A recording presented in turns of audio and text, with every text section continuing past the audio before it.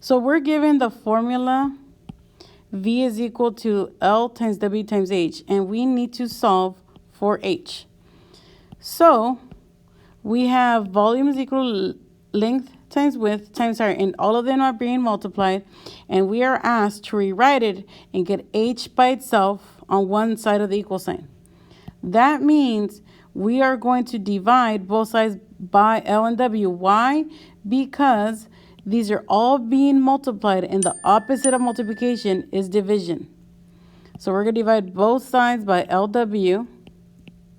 These will reduce, and you're going to have volume is equal to length times width is equal to H. That's our final answer for this one. Same equation that we're going to use for this one, but in this case, they want us to solve for L. So this is what we're going to leave there on the right side, and we need to get rid of WH.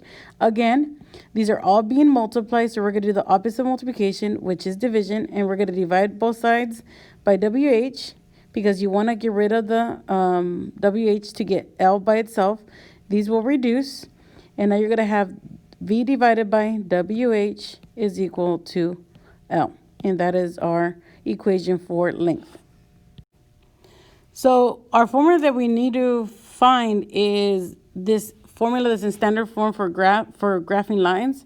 So I'm going to rewrite it so I can manipulate it. And I need to solve for y, so I need to get rid of that. I need to leave that y there and get rid of the ax and the b to the right side. The way I'm going to do that is by doing its opposite operation. So I know that these two pieces are attached by a plus sign.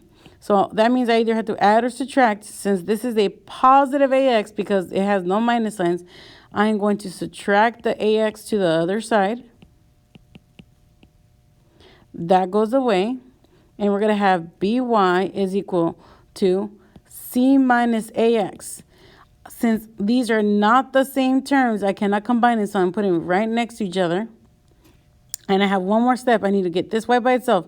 So these two are being multiplied. Again, the opposite of multiplication is division, so I'm going to divide both sides by b. And I'm going to get y is equal to c minus ax over b. So that's my final answer. Or you could have y is equal to c divided by b minus ax divided by b. I suggest that you use the one in the little bubble because it's less writing, one less b that you have to write. For b, that is our Celsius formula, and we need to solve for Fahrenheit. This is actually part of a formula from physics or chemistry. So we have c is equal to 5/9 times f minus 32.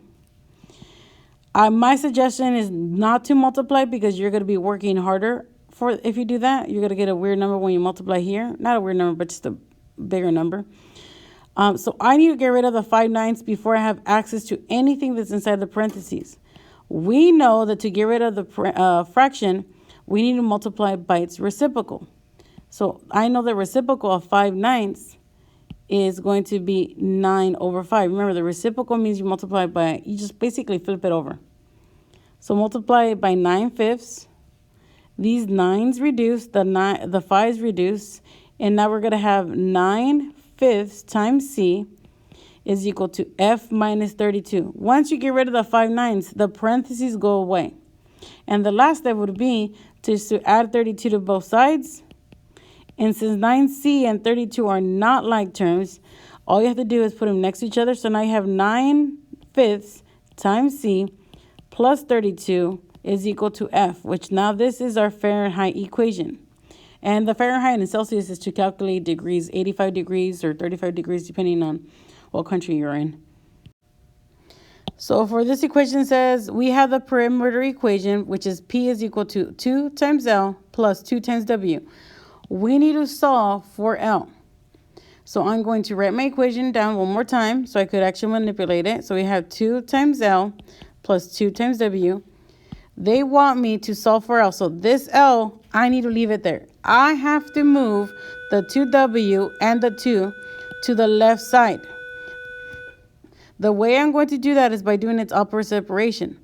I cannot get rid of that 2 yet until I get rid of the 2w. Since these are attached by addition, I know the opposite of addition is subtraction. So we're just using the properties that we have been doing for the past couple weeks. And subtract w, negative 2w to both sides. That cancels out and becomes a 0. Since p and w are not the same variable, we cannot combine them. So we're just going to put them right next to each other. So it's going to be p minus 2w is equal to 2l. Now, I'm going to ask myself, how are these two attached? Are they being added, subtracted, multiplied? Since they're being multiplied because they're right next to each other with no operation there, that means the opposite of multiplication is division. So I'm going to divide both sides by 2. The 2 on the right side is going to cancel. Sorry, reduce, because that doesn't cancel. That reduces to 1. And now you're going to have your final answer is p minus 2w divided by 2 is equal to L. If you simplify further, you could get p divided by 2 minus w is equal to L. I suggest you leave it like this one, but the other one is also correct. Part B, we have our equations of the interest per meter times rate, and you need to solve for R in this case. Again, all of them are being multiplied, so I'm going to divide P and T because these are opposite multiplication is division.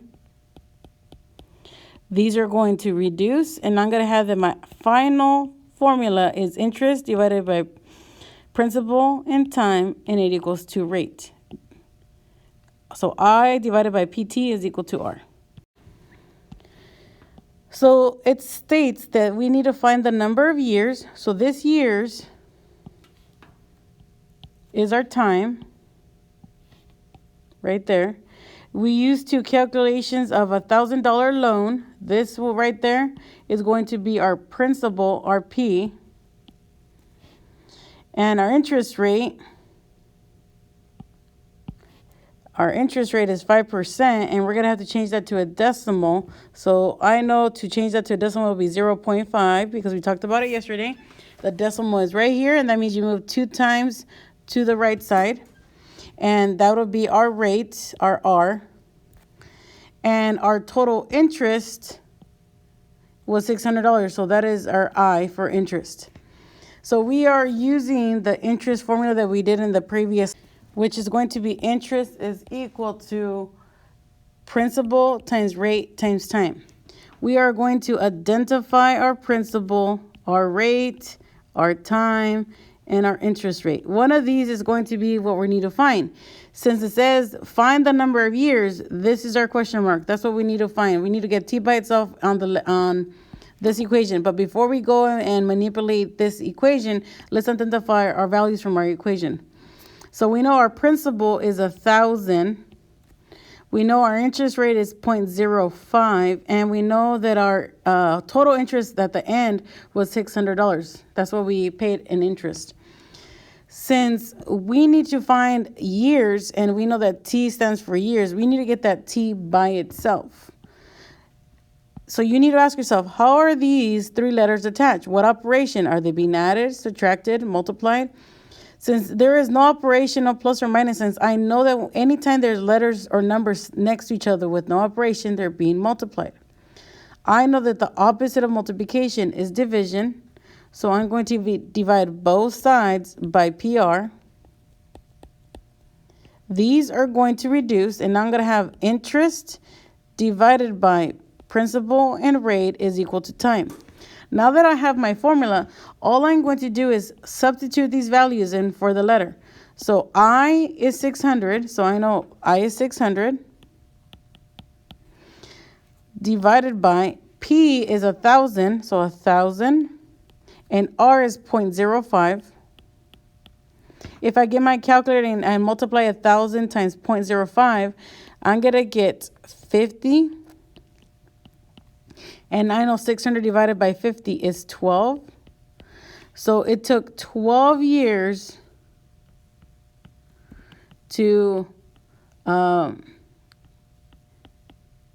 calculate that interest. And that's your answer.